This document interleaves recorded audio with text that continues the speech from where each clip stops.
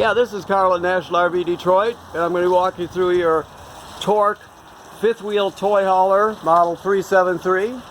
All right, so we're on the outside of the, obviously we're on the outside, but we're on the door side of the trailer. So let me walk you towards the rear here. Okay, so down here you have your tire rack, so you just basically undo it and it drops down so you can change out your tire. Alright, so you have regular steps here. This has a ground control by Lippert leveling system, so it'll self-level itself.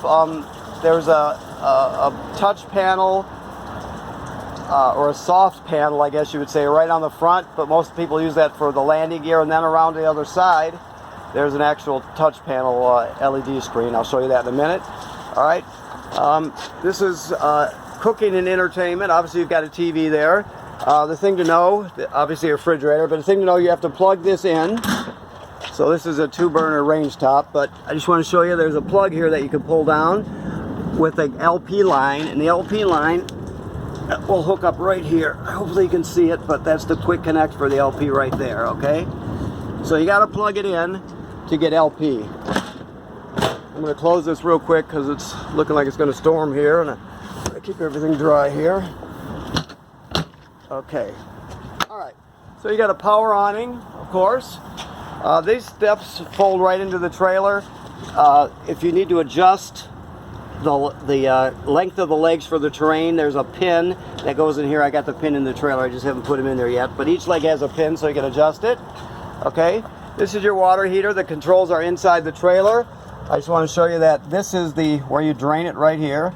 Always make sure there's water in the water heater before you turn it on. You can't run it dry, so you always have to make sure that there's water in there, okay? Alright, so this is your basement, and you have pass-through, big pass-through basement. This is where you would set the water heater bypass valves. Right now it's in normal operation because I've de-winterized it.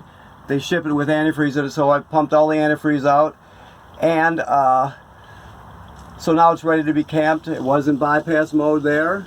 Now it's in normal camping mode. If you don't know what that is, you'll have to research it a bit. But you have to bypass the water heater, of course, before you put any antifreeze into the system. That is just a hookup for a TV. Alright, you got a 30-pound tank here and a 30-pounder on the other side. They're both full. This is where your generator is. And your battery. With the battery, the lid's not installed yet, but that's it right there.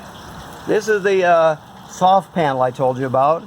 Most people use this panel just for the landing gear, although you can auto level from there, but most people will just come around to this side here. That's your other LP tank behind that one, and they'll use this panel right here. Alright, so let me start it up for you. It's kind of hard. My phone doesn't like to focus on it, so it's kind of hard to do, but you can see it will self-level from here. Auto hitch height basically will retract the rams, the stabilizers, and set it at the last hitch height that it used. So when they say hitch height, it always goes back to the last hitch height that was used. All right, you can do it manually, extend and retract, and also, I actually pushed the button. Let me abort it. There we go, because it's already leveled. So, okay, so you can scroll this way, manual mode, auto retract, and then there's information to it'll give you some directions there, but that's the most common place to use the auto stabilizing system. These devices are just for the slide outs. Those are controllers for the slide room. Okay, so this is a black tank flush here. All your tanks, the black tank will have a flush, and so does the galley tank, I believe, but the black tank definitely does. This is obviously a outside sprayer. Alright, so this is very simple. Right now we're on city fixtures, so that's city water. So basically you're just going to put your hose on here, turn it on. It's on city fixtures, so it'll pressurize your trailer and work like a normal trailer. Just use it. Now if you have to fill it, the tanks, let's say you're going to a campground that does not have plumbing on the campsite, you can pre-fill your tank here, your fresh water tank, And after it's filled, you will put it in this position, and you can use the onboard pump to pump your water. So you still can use everything just like there's city water, even though you're using your onboard tank. And this other position is to winterize it and to sanitize it. So you have to read a bit about that. But generally speaking, we're going to put it back here to city fixtures, just because that's the most common position, and that's all there is to it. You have coax through for here and here. That's just power right there. These are your dump valves for up front in the trailer. You can see there's two valves there, a black one and a gray one. It's kind of hard to tell, but there is a black and a gray. Black is the toilet water and waste, of course, and the gray is sink and shower water. Let me get this right here. There we go. So this black tank flush would be for your black toilet water and waste tank in your bathroom. Okay, so here we go. And also keep in mind, let me show you this. There's your outlet right there for those. Then you have another valve here. Oh, we got cleaners here. I'll go around the other way. He'll be rinsed off by the time I get around. Hold on, please. That's my annoyed sounding voice right there. Let's see, why would he be cleaning it when I'm doing a demo walkthrough? But what are you going to do? All right, so I'm headed towards the rear here. Okay, so you are getting a backup camera. I haven't installed it yet, but that will be installed up there. Also, you have an awning with a light here. Goes out over your deck. I'm not going to drop your deck because it's so self-explanatory. You just drop it and the gate swings out into place. It's very, very simple, okay? Plus it's raining and I don't want to get wet inside, but it's very simple. It's very basic. It has counterbalance springs, so it doesn't weigh hardly anything. So you're in good shape. All right, so here we are. So this is the second flush here. And you have another gray tank number 2, they call it, which is actually the galley tank. It's for the kitchen sink water. All right. Then of course you have your control panel for your gas pump here. You have your gas pump nozzle here. Okay. And right there. And of course there's the fill. So this gas tank you can fill your dirt bikes or your 4-wheelers or whatever from here. Plus the generator will draw gas from it also to run the generator, okay? 50 amp system, so you got a 50 amp cord that is 30 feet long and 50 amps, so we give you a reducer to reduce it down to a 30. I'll tell you, it's a drag and it's raining, but it's so much cooler right now, I'll take the rain. No problem at all. Okay, so here we are. Inside, we're cleaning right now, so there's some stuff around, but we're cleaning. Now, first of all, you'll have this slide out switch right here, right when you come in the door here, okay? This one operates that main off door side slide room. So you just slide that out from here so you can get into the trailer, into other positions. There's one thing you have to know about this and keep in mind. Let me close this for a second. It's a little bit different if you're not used to it.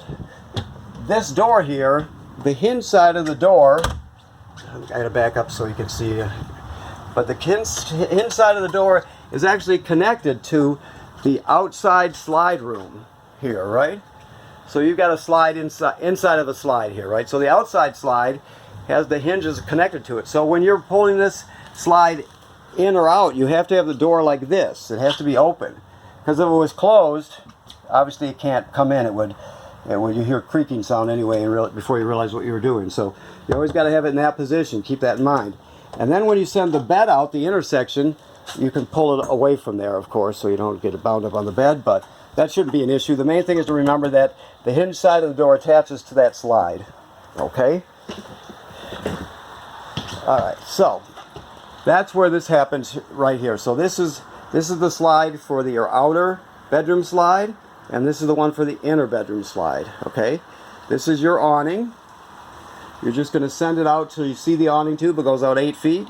Once you see the tube, you know you're already out all the way out, and that's the light for it, of course.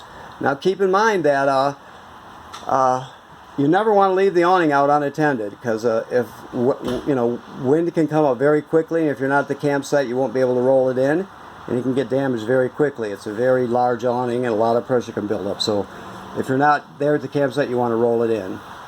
But there is a warning here I just noticed. Please latch the bedroom door in open position. That's just what I was just telling you about that slide, okay? Which is good. All right, so these are your levels. We still have water in the tank, so there's some of them are going to show water in there. But that's just your battery right there, right?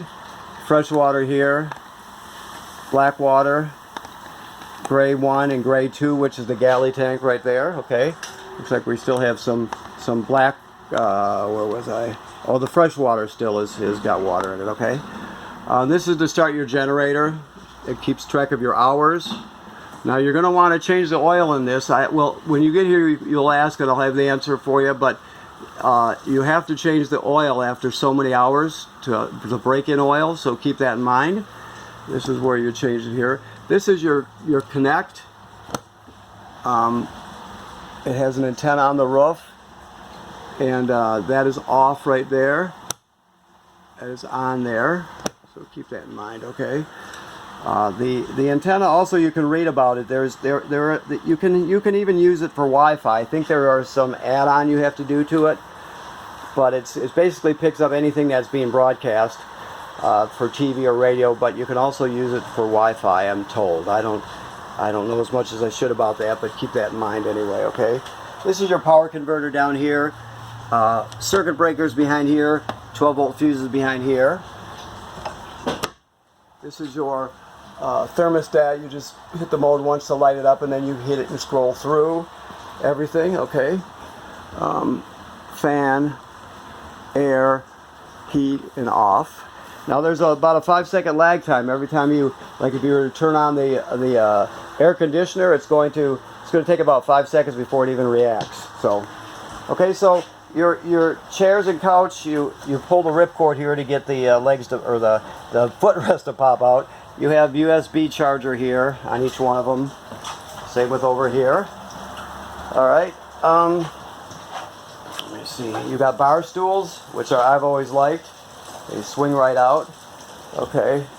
The microwave works like any other one. As you can see, you could also it also has a built-in light and fan.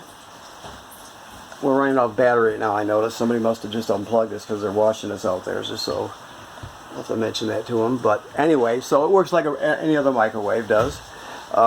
Your range works like any other RV range in that you spark it. So you're just gonna let me back up a bit here. You're just gonna turn it on to light, and then you spark it and light it. Okay, so you got a knob for each burner. Obviously, the oven is a little different. There is a pilot light way back there. On the bottom, all the way to the back, there's a pilot light. So what you do is you will go to the oven knob, you set it to pilot, then you depress it, then you'll spark this by turning it clockwise, and when the oven pilot light lights, you still hold it for another 10 or 15 seconds to heat it up. And once you've done that, you can go to operating temperature, and it'll cycle through like an oven does. But when you shut it off, obviously the flame goes off, but so does the pilot light. So you have to relight the pilot light each time you use it, okay? All right. So, you have this remote here is for your radio, of course, and this is your TV here. This one here plays discs, and it has a USB under here you can stream off of, and you can also hook up wirelessly with Bluetooth and stream off your phone or your tablet, whatever. So there's a lot you can do with it. Different speaker zones, I'm sure, although it's so dark here in my eyesight I can't really read it, but I guarantee you it does. All right, and then you have more switches here. You have a power vent up here, so you'd have to open the vent like so. See it opening, then you would turn it on. So that'll vent it. Close it back up. You have another one of these too. There's two of them in here. Okay. Your refrigerator. All right. So this is a Dometic refrigerator. You operated here. It works on either gas or electric. It's a gas absorption refrigerator. So you turn it on here. That's your readout there. You select auto, which auto means electric basically. So you would select auto. You can see. Wait a minute, I got to turn it on here. Okay, so you can see right now it's on gas because the dot is above by the LP.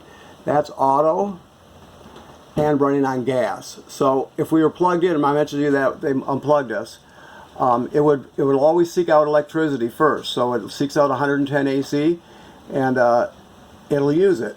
But if it can't find it, it'll automatically switch over to gas. Or if you're, if you're running it on electricity and you're away during the day or it's late at night and you lose power, it'll automatically switch over to gas for you. So that's why they call it auto instead of electric. Also keep in mind that you can set this just like that and dedicate it to gas like that, and you can pull it down the road on gas if you choose to. Okay. All right. Okay. Let me look around here and see what I'm missing in the living area, if anything. Got speakers on the ceiling, of course, and all your air conditioning vents are on the ceiling. All your furnace vents are on the floor. In your packet, these are the two pins for the legs on your fold-out stairs that I mentioned that I hadn't put in yet. So they're right there. Okay, so let's go in the garage. Okay, to start off with, this bed and couch setup, you want to pin the bed in the up position. If you can see those holes way up there, it's kind of hard to see, but you would use these pins here to pin this up, right? Therefore you can lower the couch part of it and sit around, and you can eat here or do what you're doing and keep the bed up out of the way. Or you can raise them both. So let's do that. They're on the ceiling here, the controls. So let's see what we got here. So up, I'm using this switch right here, if you can see. We're going up. Now if I wanted to leave the bed in the up position and just drop the couch and a bottom bed actually, because you can see it actually, the backs fold over so you could actually sleep on it if you wanted to. I would pin this in the up position. Once I got that high, I would put those pins in there. So when I bring it back down, the bed would stay up, the top bunk would stay up, and just this bottom section comes down. Okay, that's really the only thing you have to really know about it. But of course you can go up with the whole thing to put your four-wheelers or your dirt bikes or your road bike or whatever you're putting back here. Okay. Also, the awning on the back of the trailer is operated here. Boy, my eyesight's getting bad. I swear I can't. So open your vent and your power. I told you there was another power vent, so you open it here, plus you turn it on and off here for that power vent up there. Okay, and then you have controls for your awning and the awning light on the back over your deck. Hopefully that's making sense to you. I'm rambling on a bit here. Okay, so you have a loft, right, and a ladder to get up there. This bathroom also collapses, as you can see, so you can make more room to store stuff in here. But I mentioned the second black tank. It didn't dawn on me that you do have another toilet here. So the second black tank flush that I showed you on the side, the one towards the back of the trailer, that's for this toilet black tank. So I understand that now. Alright, so the thing to know about this is you flush it with the pedal, of course. This goes for both toilets now. You have to have chemical in it and some water to start using it. So after you get to the campsite, you plug in, you hook up your water. Then you'll come in here and you'll take your toilet chemical and you'll dump one dose of whatever type of chemical you use right here. Then you'll step on the pedal because the water's hooked up. Water will come swirling out, and you'll put about a gallon or two of water in the tank. There's no way to tell that from the monitor panel. You just have to use common sense. Yeah, that's about a gallon, close enough, right? The bottom line is you have to have chemical and a little bit of water to start using these toilets. The black tanks are directly below. Alright, so let's see what else we've got here. Just notice that this is not serviced correctly yet. Just give me 1 second, please.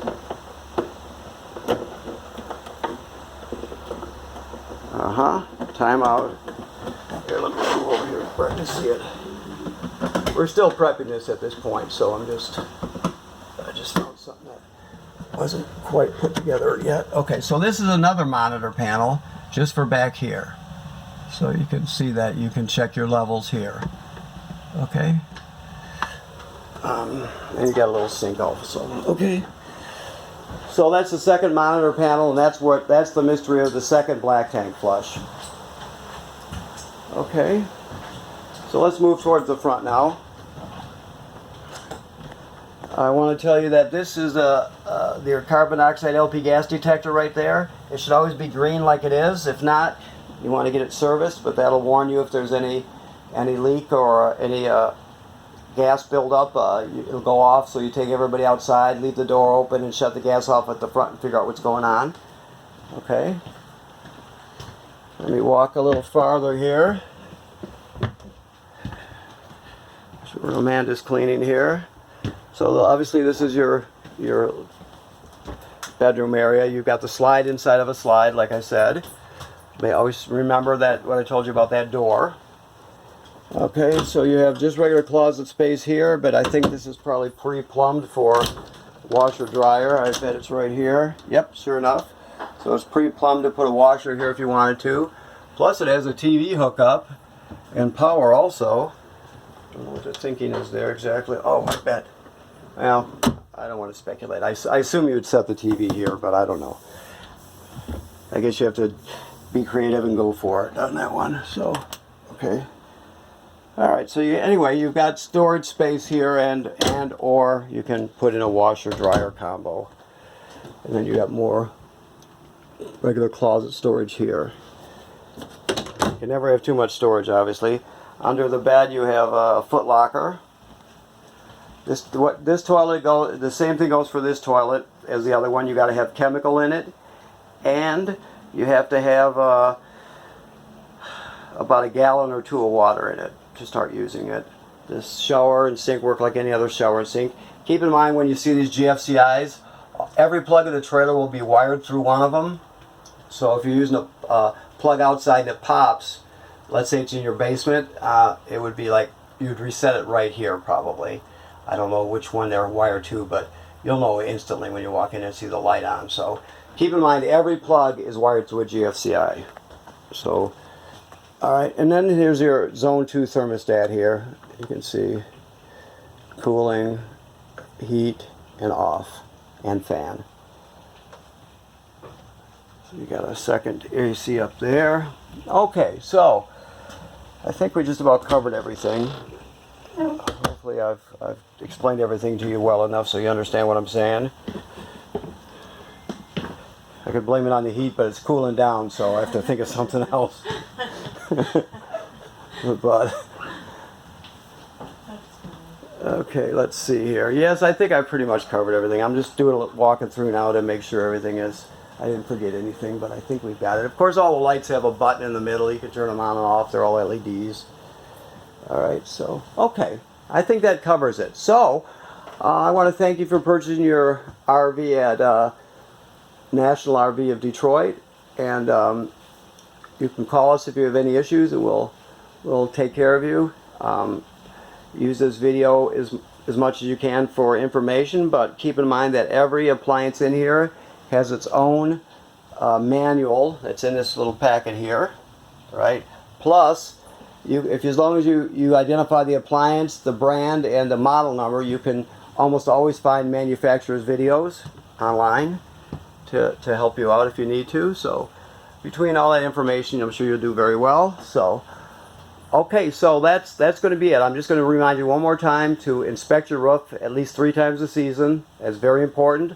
Also check on the side of the trailer, any place you see caulk from the factory, you'll check that out. Never use caulk from a hardware store. Always use, RV caulk. In this case, it's ProFlex Clear on most of the outside. The roof is Dicor, lap sealant. Okay. Always bypass your water heater before you pump antifreeze into the system. Okay. But most of all, plan ahead and use your trailer a lot. That's the most important thing. Make those reservations. Just use it and use it and use it. So, thank you very much.